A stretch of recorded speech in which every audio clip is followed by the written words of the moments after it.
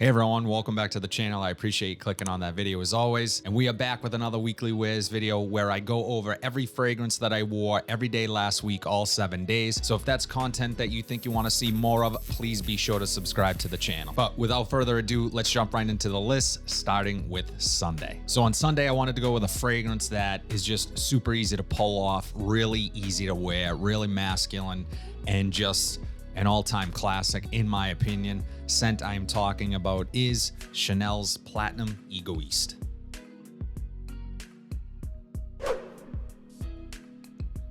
Man, Chanel's Platinum Egoist, so damn good. Smells a little old school. It's going to not appeal maybe to the younger crowd that are used to smelling your typical blue fragrance.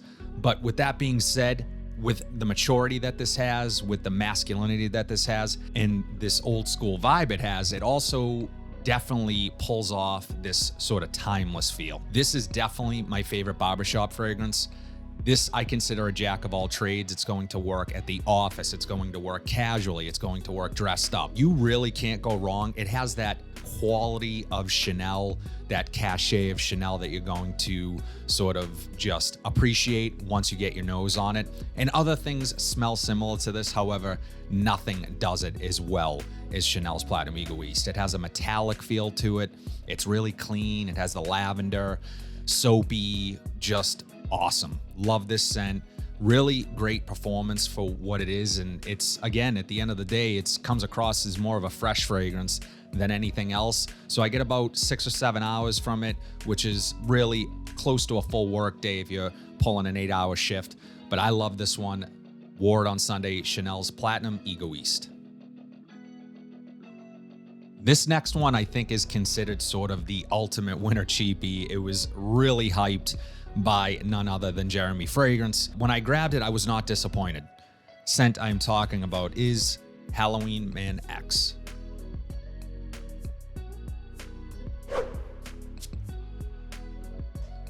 Yeah, in the air, it has that sweet, citrusy, bubblegummy, real fruity type cardamom. So it has a spiciness to it. In my opinion, this is sort of a grown-up bubblegum fragrance. You're going to be reminded of other things when you first spray this, the Paco Rabanne 1 Millions, the Invictus Aquas. It has this sweetness to it, this bubblegum sweetness to it that is very recognizable. However, although synthetic, it doesn't smell cheap. As I introed this fragrance, I said this is sort of the ultimate winter cheapie. It was hailed as that for a very long time, although I don't think this is very cheap anymore. This also has one of the best coffee notes that I've smelled. If you've watched my channel for any length of time, you know that typically when I smell coffee in a fragrance, it comes across as powdery to me. This is more of a roasted coffee note. It reminds me of walking through the supermarket aisle where all the coffee is, and you have the roasted beans and sort of you can fill your own bag. That's what this reminds me of. It's authentic.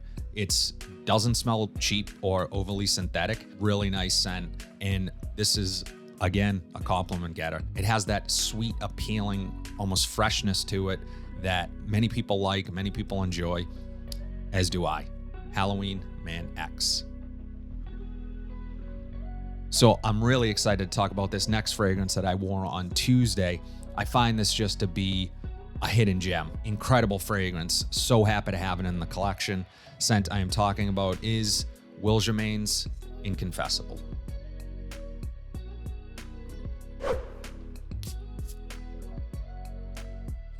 Oh, man.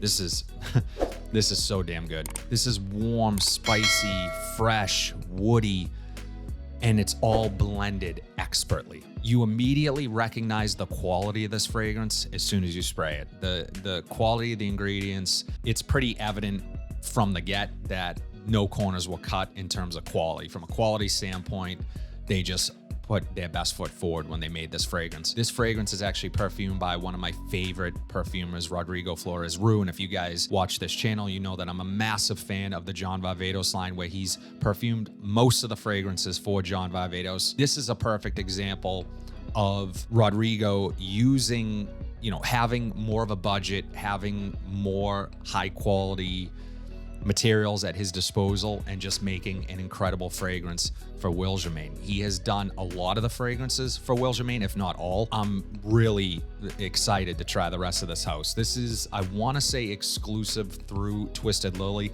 I have a discount code for Twisted Lily. I'm going to leave it in the description down below so you guys can save 10%, but I am just so impressed by this. It has just sort of this really silky, luxurious, smooth, effortless feel to it. It has a classiness to it. It's just incredible. The spices in here are next level. Rodrigo Flores Rue actually was quoted as saying that he wanted to sort of explore the concept of allspice and utilize all these different spices to sort of come up with an accord that is not familiar in terms of what spices you've smelled prior.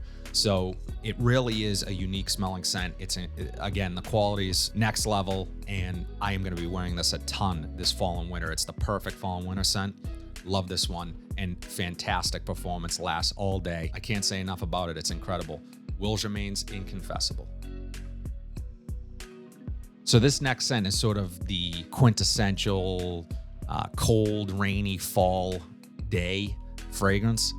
I absolutely love this one. Scent I am talking about is Joe Malone's Vetiver and Golden Vanilla.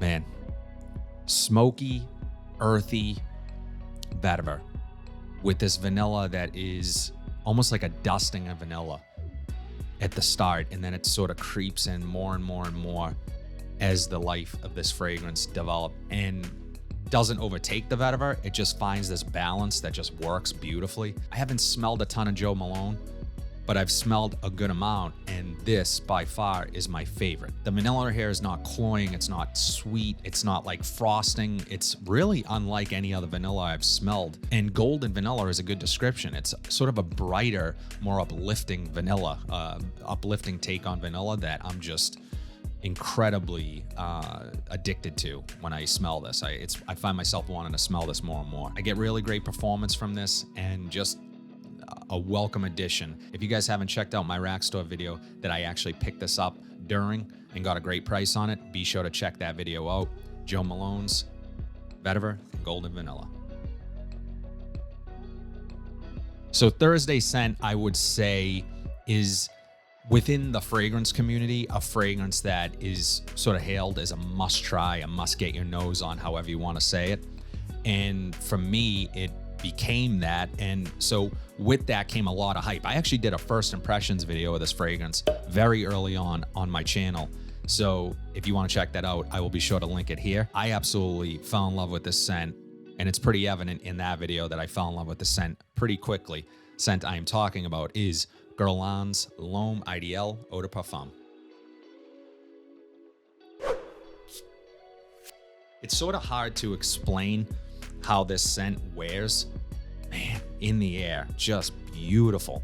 This wears like a Guerlain. If you look at this scent on paper, what would be considered heavier notes, I get mainly this cherry almond. Like as soon as I spray it, I pick up a really juicy bergamot. I don't know if bergamot's an official note in here, but I pick up bergamot along with this almond and this cherry and this vanilla and this suede leather. So heavier notes, notes that you would consider, again, I think this works fantastically in fall and winter, but I think you could probably get away with this fragrance as well during summer evenings. Not too hot, maybe in the 70s, 70 degrees Fahrenheit here in the States. I just love this one. Has an addictive smell and what I call a grown-up sweetness. So it's not bubblegummy. The sweetness is there from that cherry, a little bit from that vanilla, but it's grown up.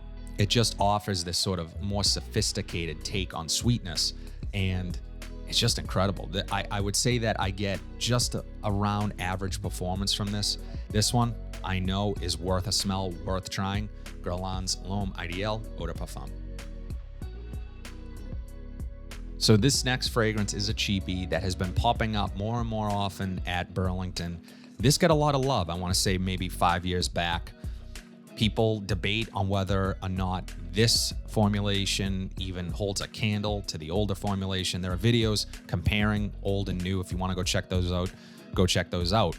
I have a newer formulation, and I absolutely love this scent. Scent I am talking about is Juicy Couture's Dirty English.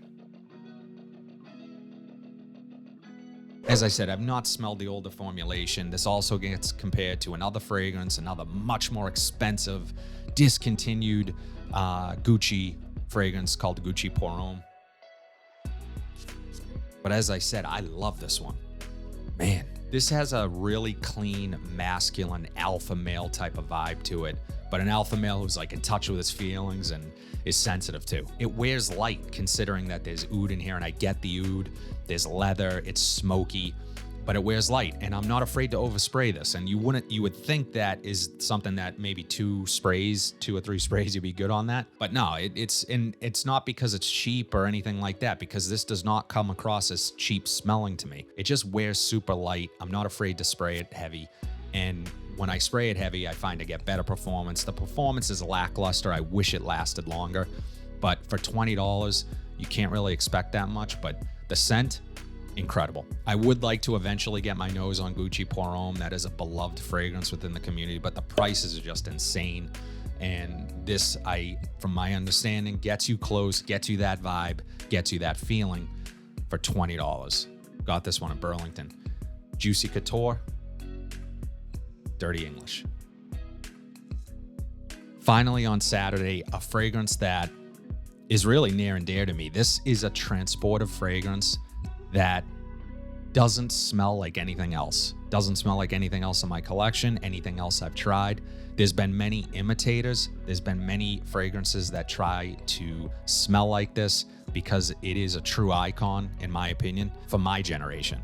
Scent I am talking about is Abercrombie & Fitch's Fierce Intense. When I smell this, man, this just puts me back to my teenage years, being at the mall with friends on a Friday, walking through the mall. You know, you smell this emanating from Abercrombie. You smell it from 300 yards away. This is iconic. This was a super popular scent at the time I was in high school. A lot of guys wore it. Girls loved it.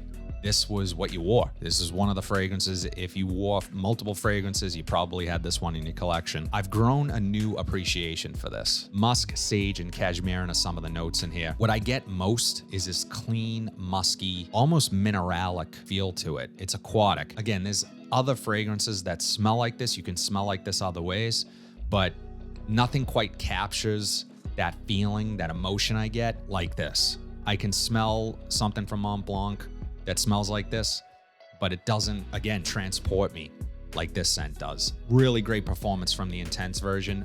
However, the Intense version, you don't need the Intense version. The original Fierce is still available. I just got this at a great deal, super limited sale, but if I didn't own this, I would own the original Fierce. Just love this one. It lasts all day. You don't need many sprays of this. Abercrombie & Fitch's Fierce Intense. That's all I have today, guys. As always, let me know in the comment section below what your weekly rotation was. I'd love to know what you guys are wearing. If you like what you saw today, please be sure to like, comment, subscribe, share this video, hit that bell notification so you're updated whenever I upload new content. But until then, have a fantastic week, and I'll see you in the next video.